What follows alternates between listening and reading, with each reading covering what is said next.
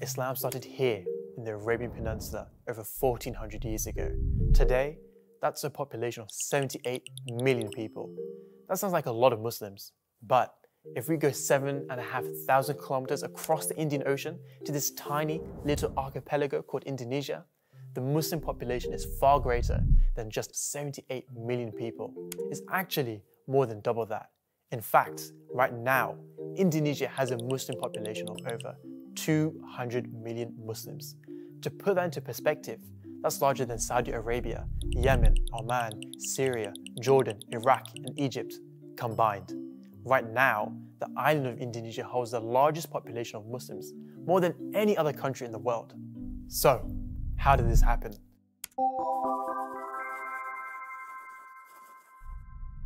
How does Indonesia have so many Muslims? And more importantly, how did these remote islands right above Australia, almost 8,000 kilometers away from Arabia, receive the message of Islam and then embrace it with open arms?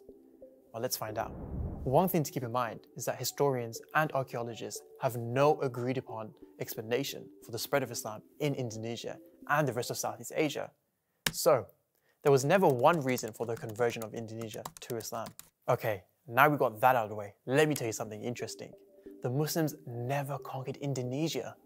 It actually happened much differently, and it didn't just happen overnight, and historically speaking, it happened only recently. The first piece of evidence that marks the earliest existence of Islam in Indonesia is this tombstone right here, on this island called Sumatra. This is a 13th century tombstone of a local ruler called Sultan Malik al-Saleh. Malik had adopted an Arabic name and the Arabic title of Sultan when he and his population decided to embrace Islam. Here's what's amazing about this tombstone. It's designed with patterns that are typical to this Indian state, all the way over here called Gujarat. So how did this Indonesian tombstone become somehow linked with this Indian state over here? Well, the Muslims of Gujarat were known to be these risk-taking traders who would go on these far and incredibly dangerous expeditions. They formed these trade routes, which were also used as a means of spreading Islam to far regions around the world, like Indonesia.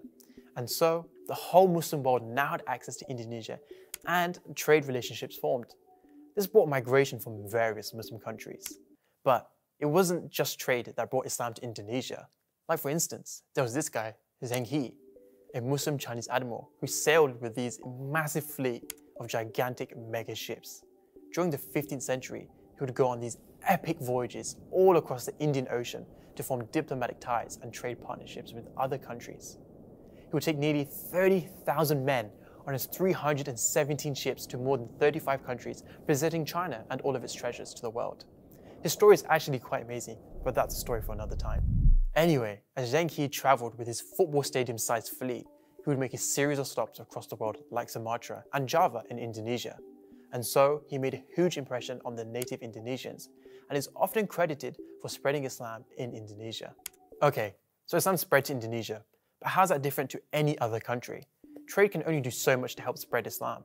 It still doesn't explain why Indonesia has the highest number of Muslims. This is where good old economics comes in.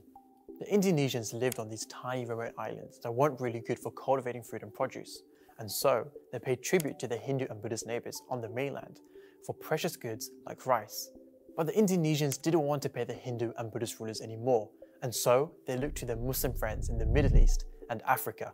In order to form solid political ties with Muslims, they began to embrace Islam. And why not? The natives enjoyed access to a huge Muslim trading network.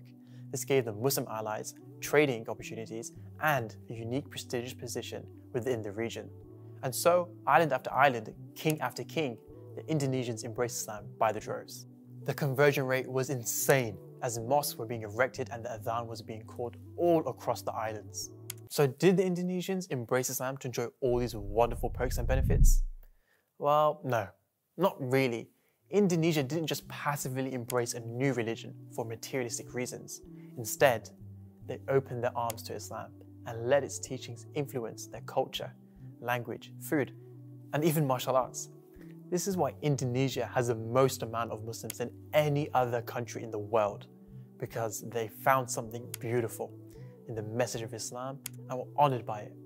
The story of Indonesia proves that Islam doesn't need to spread through conquering, but by having good character and showing good treatment. This is why there are over 200 million Muslims living there today. May Allah bless the people of Indonesia. Ameen. If you enjoyed this video along with all the other content that One Path Network produces, please support us so we can create more beneficial content for the world. Go to onepathnetwork.com and you can support us from as little as $1 a day. Jazakumullah khair for your support.